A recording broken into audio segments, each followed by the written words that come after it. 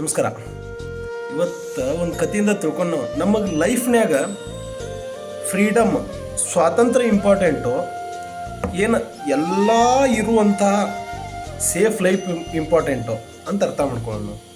ಒಂದು ದಿನ ಒಂದು ಕುದುರೆ ಕಾಡಿನಾಗ ಆರಾಮ್ ಜಿಗ್ದಾಡ್ಕೊಂತ ಕುಣಿದಾಡ್ಕೊಂತ ಹುಲ್ಲು ತಿನ್ನಕ್ಕೆ ಹೋಗ್ತಿತ್ತಂತ. ಆದ್ರೆ ಅದಕ್ಕೊಂದು ಭಯ ಇತ್ತು, ಎಲ್ಲರ ಯಾವ್ದಾರ ಬಂದು ಪ್ರಾಣಿ ನಾನು ತಿಂದಿಗಿಂದಿತ್ತು, ನಾ ಎಲ್ಲಿ ಸಾಯ್ತೇನೆ ಅನ್ನೋ ಒಂದು ಭಯ ಮಾತ್ರ ಇತ್ತು ಅದಕ್ಕೆ. ಆದ್ರೆ ಆ ಕುದುರೆ ಯಾವಾಗೆಲ್ಲ ಅಲ್ಲಿ ಹುಲ್ಲು ತಿನ್ನಕ್ಕೆ ಬರ್ತಿತ್ತು, ಯಾವಾಗ ಮೇಯಕ್ಕೆ ಬರ್ತಿತ್ತಲ್ಲ, ಅವಾಗೆಲ್ಲ ಅನ್ಕೊಂಬಿರೋದು ಇವತ್ತು ನನ್ನ ಲಾಸ್ಟ್ ಡೇಪ್ಪ, ಇವತ್ತು ಯಾವುದೋ ಒಂದು ನನ್ನ ಪ್ರಾಣಿ ತಿಂದು ಬಿಡ್ಬೋದು, ನಾನು ಸತ್ತು ಬಿಡ್ಬೋದು, ಇವತ್ತು ನನ್ನ ಲಾಸ್ಟ್ ಡೇ ಅನ್ಕೊಂಡ ಕಾಡಿಗೆ ಕುಣ್ಕೊಂತ ಜಿಕ್ಕೊಂತ ಆಟ ಆಡ್ಕೊಂತ ಬಂದು ಹುಲ್ಲು ತಿಂದು ಹೋಗ್ತಿತ್ತಂತ. ಒಂದು ದಿನ ಏನು ಬಂದು ಅಲ್ಲಿ ಒಬ್ಬ ಬೇಟೆಗಾರ ಬಂದಾಗ ಬೇಟೆಗಾರ ಮುಂದೆ ಹೇಳ್ತು, ಇಲ್ಲ ನಾ ಹಿಂಗೆ ಕುಣ್ಕೊಂತ ಜಿಕ್ಕೊಂತ ಹುಲ್ಲು ತಿಂತಿರ್ತೇನೆ, ಬಟ್ ಆದ್ರೆ ನಂಗೊಂದು ಹೆದರಿಕೆ ಐತಿ, ಯಾವ್ದಾರು ಪ್ರಾಣಿ ಬಂದು ನಾನು ತಿಂದು ಹೋಗ್ಬಿಟ್ರೆ ಹೆಂಗೆ ಅನ್ನೋ ನನಗೆ ಭಯ ಐತಿ, ನಾ ಸೇಫ್ ಆಗಿರ್ಬೇಕು ಅಂತಂದಂತ. ಅದಕ್ಕೆ ಬೇಟೆಗಾರ ಸರಿ ಆಯಿತು, ಮಾರ್ಕೆಟ್ನಾಗ ಒಂದು ಇದೈತಿ ಅಶ್ವಯಾಗ ಅಂಥೇಳಿ ಒಂದು ಸೆಂಟರ್ ಐತಿ, ಅಲ್ಲೆಲ್ಲ ಕುದುರೆಗಳು ಭಾಳ ಚಲೋ ನೋಡ್ಕೊತಾರೆ, ನೀನು ಅಲ್ಲಿ ಹೋಗಿ ಬಿಟ್ಬಿಡ್ತೀನಿ ಅಂತ ಹೇಳ್ದಂತ. ಸರಿ ಆಯ್ತಂತೆ ಹೋತಂತ ಕುದುರೆ. ಹೋಗಿ ಅಲ್ಲಿ ಬಿಟ್ಟ ಮೇಲೆ ಒಂದು ತಿಂಗಳು ಚಲೋ ಐತಂತ, ಎಲ್ಲ ಕುಂತಲೆ ಮೇವು ಹಾಕತ್ತಿರಂತ, ಎಲ್ಲ ಚಲೋ ನೋಡ್ಕೊತಿದ್ರಂತ.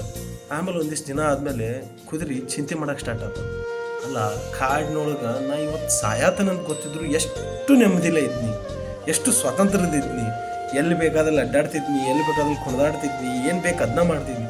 ಆದರೆ ಯಾಕೋ ನನ್ನ ಒಂದು ಸೇಫ್ ಲೈಫ್, ನನ್ನ ಜೀವ ಇರಲೇನೋ ಸಂಬಂಧ ನಾ ಈ ಇದ್ರೊಳಗೆ ಕೇಜ್ ಒಳಗೆ ಬಂದು ಉಳಿದ್ಬಿಟ್ಟಿಲ್ಲ, ಇದು ಯಾರ್ದೋ ಕೈ ಒಳಗೆ ಬಂದು ಉಳಿದ್ಬಿಟ್ಟಿಲ್ಲ ಅಂತ ವಿಚಾರ ಮಾಡಾಕತ್ತಂತ. ಅಂದ್ರೆ ಈ ಕಥೆಯಿಂದ ಅರ್ಥ ಆಗೋದೇನಂದ್ರೆ ಲೈಫ್ನಾಗ ರಿಗ್ರೆಟ್ಸ್ ಇಟ್ಕೋಬಾರ್ದು. ಆ ಕುದುರೆ ಕಾಡಿನಾಗ ಇವತ್ತು ನನ್ನ ಲಾಸ್ಟ್ ದಿನ ಅನ್ಕೊಂಡನ ಹೋಗ್ತಿತ್ತು, ಆದ್ರೆ ಅದಕ್ಕೆ ಫ್ರೀಡಮ್ ಇತ್ತು, ನಾ ಏನು ಬೇಕಾದ್ ಮಾಡ್ತೀನಿ, ನಾ ಖುಷಿ ಅದ, ನನಗೆ ಫ್ರೀಡಮ್ ಇದ್ರೆ ನಂಗೆ ಖುಷಿ ಅನ್ನೋ ಫೀಲ್ನಾಗ ಇತ್ತದ. ಬಟ್ ಅದು ಸಡನ್ಲಿ ಆ ಕೇಜ್ಗೆ ಹೋಗಿ ಹಾಕಿದ ಮೇಲೆ ಅದು ಯಾವತ್ತಿದ್ರು ಸಾಯೋದು ಕರೆ, ಅದು ಅನ್ಕೊಂಡು ಹೋಗ್ತಿತ್ತು ನಾ ಯಾವತ್ತಾದ್ರೂ ಸಾಯತ್ತೇನೆ ಅಂತೇಳಿ. ಬಟ್ ಅಲ್ಲಿ ಹೋದ್ಮೇಲೆ ಅದು ಯೋಚನೆ ಮಾಡಿನ ಸತ್ತು ಹೋತಂತ. ಅಯ್ಯೋ ನನ್ನ ಜೀವನ ಹಿಂಗೆ ಹಾಕಾತು, ನಾ ಇಲ್ಲಿ ಕೇಜ್ನಾಗ ಉಳ್ಬಿಟ್ಟಿಲ್ಲ, ಎಷ್ಟು ಆರಾಮ್ ಅಡ್ಡಾಡ್ಕೊತ ಇದ್ನಿ, ಮಜಾ ಮಾಡ್ಕೊತಿದ್ನಿ, ಹೋಗಿ ನಾನು ಇದ್ರಾಗ ಇಲ್ಲಿ ಬಂದು ಉಳಿಯೋಂಗೆ ಆಗ್ಬಿಡ್ತಲ್ಲ ಅಂಥೇಳಿ ಯೋಚನೆ ಮಾಡಿ ಸತ್ತು ಹೋಗ್ಬಿಡ್ತಂತ. ನನ್ನ ಲೈಫ್ನಾಗ ಮನುಷ್ಯ ಯಾವತ್ತಿದ್ರು ಸಾಯತಾನ, ಅದಕ್ಕೆ ಯಾವುದೂ ಎರಡನೇ ಆಪ್ಷನ್ ಇಲ್ಲ. ಮನುಷ್ಯ ಸಾಯತಾನ, ಸಾಯಬೇಕ. ಆದ್ರೆ ಸಾಯೋಕಿನ ಮೊದಲ ಸಾಯಕ್ಕೆ ಹೋಗ್ಬೇಡ್ರಿ.